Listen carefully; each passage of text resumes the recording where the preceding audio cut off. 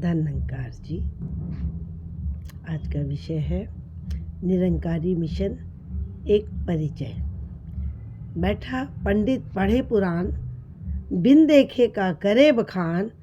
तू कहे कागज की लेखी, ब्रह्म ज्ञानी कहे आखन की देखी। लाइव टेलीकास्ट करता है साथ संगत। निरंकारी मिशन कोई धर्म या संस्था नहीं है। निरंकारी मिशन सर्व साझा मिशन है, सबका है, सबके लिए है। यहाँ पर आने वाले सभी का स्वागत किया जाता है, चाहे कोई हिंदू हो, मुसलमान हो, सिख हो या ईसाई हो।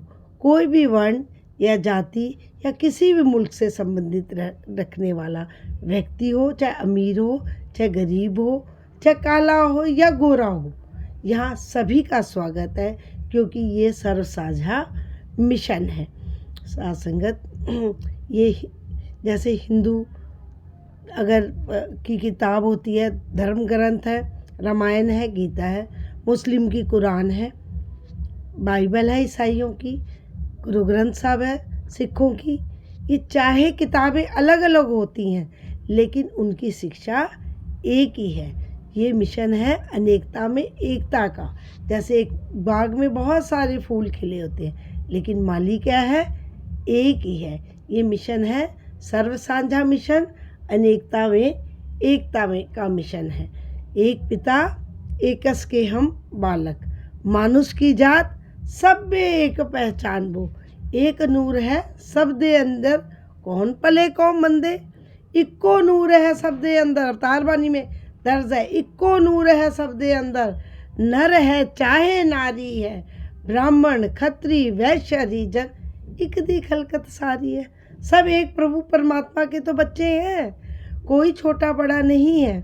ये मिशन का निरंकार का मतलब होता है प्रभु परमात्मा, जिसका कोई रूप रंग आकार नहीं होता।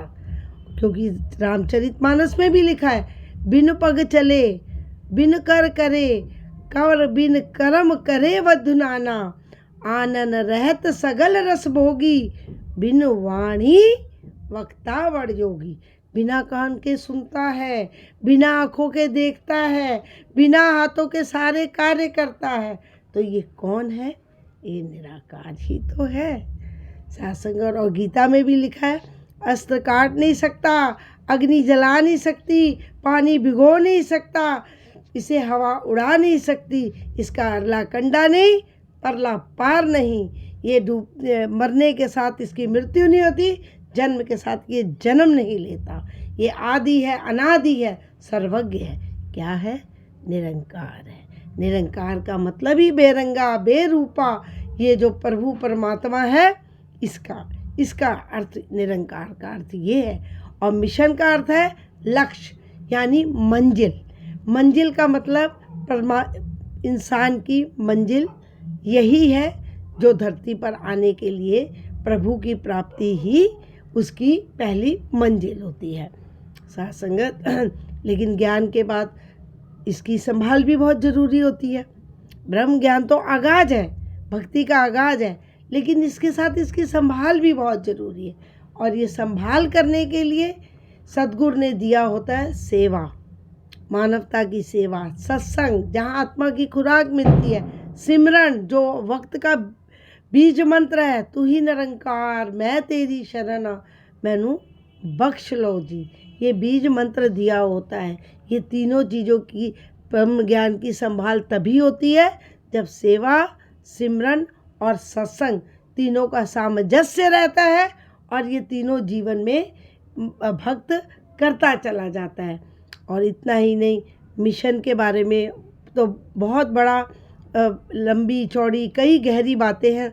तो दासी तो छोटे में ही बता रही है कि रक्तदान शिविर लगते हैं, अनेकों अस्पताल, डिस्पेंसरियां और अनेकों आपदा वाली स्थान पर जो सेवा दल वर्दियों में, नीली वर्दियों में, खाकी वर्दियों में महापुरुष अनेक सद्गुरु की कृपा से जाकर वहाँ पर लोगों के जीवन दान देते हैं, लोगों को खाना देते हैं, लोगों की सहायता करते हैं। चाहे वो हिंदुस्तान हो या कहीं पर भी कोई भी आपदा आए, कोई भी भूकंप आ जाता है या किसी प्रकार का फ्लड आ जाता है, कुछ भी आ जाता है, तो वहाँ जाकर ये मिशन के महात्मा सेवादल जाकर सद्गुरु की आज्ञा से वहाँ जाके ये सेवा का कार्य करते हैं, रक्तदान देते हैं, ताकि हजारों मनुष्य जिन्हें रक्त नहीं मिलता वो नालियों में ना रक्त बहाकर नाड़ियों में बहाया जाए।